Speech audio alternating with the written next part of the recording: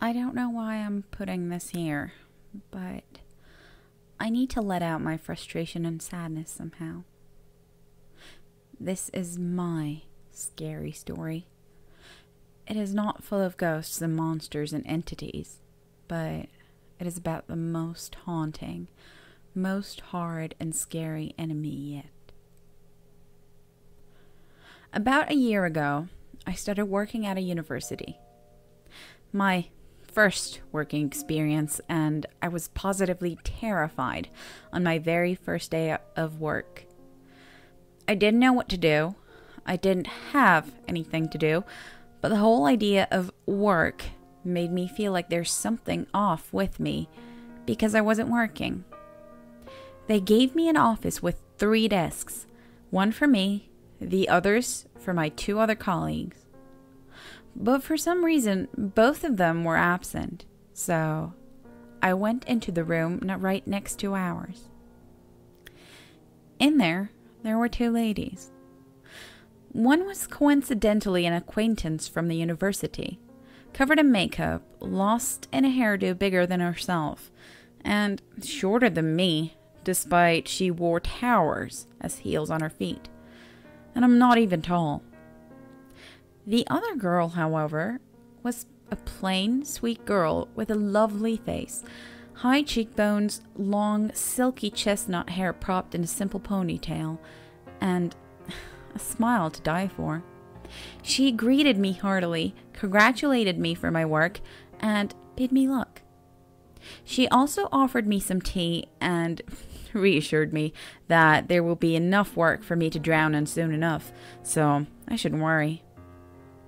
She was so bubbly about her own work herself. She dragged me over to her computer, showed me the Facebook page she had designed for the university, and even threatened to beat me if I didn't like the page on my own account. That day, I knew I made a good friend.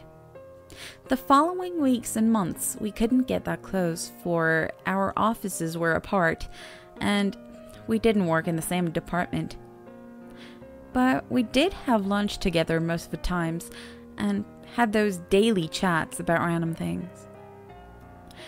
About 2 months later, my department changed, and I incidentally moved to their office. Now that's when I got to know her better. She was this very sensitive girl that she would worry about the even smallest things like, I forgot to water her plant the day she was absent. I hope it won't cause it to die. Or, damn, I forgot to do the work the director gave me, so he had to repeat it for a second time.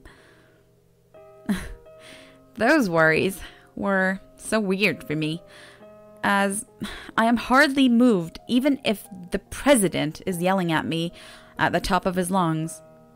She was the little scaredy bird, and I was the repeater of the words, "Damn, girl, you worry too much." Meanwhile, I had my own troubles. You know those frustrated moments of the work during which you slam your hands against your desk and curse that vice president because he said your work report was terrible? In those times, she transformed into a tigress, shouted at those who were upsetting me and protecting me like a mother hen. Funny thing, I kept my work PC thanks to her, because my old director wanted to give it away to a newcomer, and I was to request a new PC. She solved the issue for me. As we bonded more closely, I found that she had cancer. She was still coming to work each day, mind you, despite her condition. First, I thought nothing of it. I mean, she looks healthy. She comes to work. She runs around, and the only thing she occasionally complained about was the heat. Apparently, her medication caused her to have these heat bursts through her. But she was positive about it. She said it was more of a recovery process than the illness itself, and so we thought all was fine. Later, though, she described the extent of her illness. What started as Hodgkin's disease was treated and later on spread to the rest of her body. At that point, the doctors could not determine what the primary focus of the cancer is. It was spreading in all her body: blood, lungs, breasts, ovaries, and they could only suppress the cancer cells in the certain known areas, but the actual source of the illness remained unknown. She chose to share this with us instead of hiding, which I think was the smarter thing to do. But she never asked for pity or certain privileges and did everything she was told to do without a single complaint. And the most important thing, she always laughed. Over time, the chemo began. We kept telling her to stay at home and rest, but she refused. She would go and take the chemo on Friday evenings, rest during the weekend, and be at work on Monday at 8:30 a.m. sharp. Of course, it was taking its toll on her. She had cold sores all around her lips, but she only complained about those when we made her laugh too much that they hurt. By then, we were quite close. We were not only just colleagues, but also friends who called and texted each other regularly, chatted, gossiped, shared secrets. She did, however, have to take a forced leave because the doctors didn't let her work during the time she was receiving an aggressive amount of chemo. Naturally, she was too exhausted and vulnerable to work. After 3 months, though, she actually came back. Her tumor marker suggested that she was getting better, and the cancer cells were defeated on the most part of her body. I remember the day she looked at her health report in awe, wide-eyed, and very surprised about the fact that it was suggesting progress. She was very happy that day, bless her soul. Then came June, and it was her birthday. We threw the biggest party yet for her. Everyone got her presents, a huge birthday cake that she couldn't even eat a slice of because sugar fed the cancer cells. But she was happy, cheered for every single gift that she received, and it was beautiful. She kept making jokes about having to get a truck to load all those stuff because there's no way she would be able to carry them.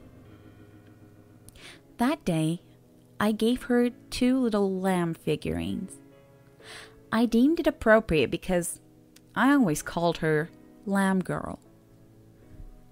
I remember her speculating about which position they looked better on her desk for 15 minutes before deciding the best way to arrange them. 1 month later, by July, she was given another, this time indefinite sick report. Everything went downhill afterwards. I'll spare the details of how she deteriorated, and by the end of October, she was a bedridden patient. I last saw her 10 days ago. Whenever we called and texted her about coming to visit her, she told us not to come yet because she wouldn't want us to see her so ill, and told us to wait for her to get better. A lie she didn't quite believe herself. When I went to see her, she had 2 inch-wide tubes protruding from her rib cage that were connected to 2 separate jars, which was apparently filled with the liquid in her lungs. She didn't have much energy at all to speak, but she was laughing, insistently asking us to tell her about what goes on at work, in our lives, etc. Even at that very moment, she was trying to entertain us and make us happy. She thanked us profusely for coming to see her, and we told her we'd visit again in a few days. She was very happy about this, despite her initial objections. A day later, she was transferred into a bigger city with a hospital with extensive oncology research and equipment. She was to receive chemo again, but her body could take it no more. On Thursday night, her heart stopped for the first time, and she had to be revived. The hope was dying out, though. needless to say, we couldn't visit her again after those few days. Now, let's talk a little bit about me. As I stated earlier, I'm a very calm and collected person. I cry perhaps 2 times a year at most, and people often envy how carefree I am. When people panic, I calm them down, telling that everything's going to be okay. I'm also a proud skeptic and a full-blown atheist that doesn't believe in ghosts, God, afterlife, and especially the sixth sense. Many more spiritual people describe this as some sort of gift of foresight, or at least being able to feel that something's bad is going to happen. Some sort of pseudo-intuition, I guess. I'm entirely devoid of such thoughts and feelings. Hence, last night was weird. At about 12 a.m., right before I was to go to sleep, I felt this oppressive, haunting presence clouding my mind.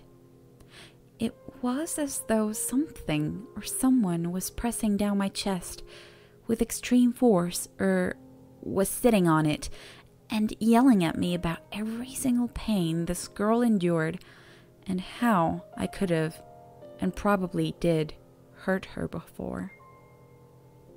I felt sick and terrible about myself. I tried my utmost not to cry, and I just hoped. I knew by then it was a pointless hope, but you can't help how your emotions work, can you? After half an hour or so, though, I suddenly relaxed. This was surprising because my gut was churning as I went to bed, and the relaxation came with a wave. It was as though an invisible presence was reassuring me, telling me that everything's going to be okay. I knew I was leaning my head against the pillow, but it felt like a chest, warm and soft, though without a heartbeat. In the hazy moment of the last fragments of consciousness before sleep, the thought of something being off briefly crossed my mind. Why wasn't the heart beating? Today, I was late at work. The sleep that took me was so sweet that I couldn't leave its embrace despite my 2 different alarm clocks. As I was driving, I called my director to let her know that I'd be a bit late, but she sounded horribly sad. When I asked her what's wrong, she told me, while trying to choke back tears, we lost her last night at midnight.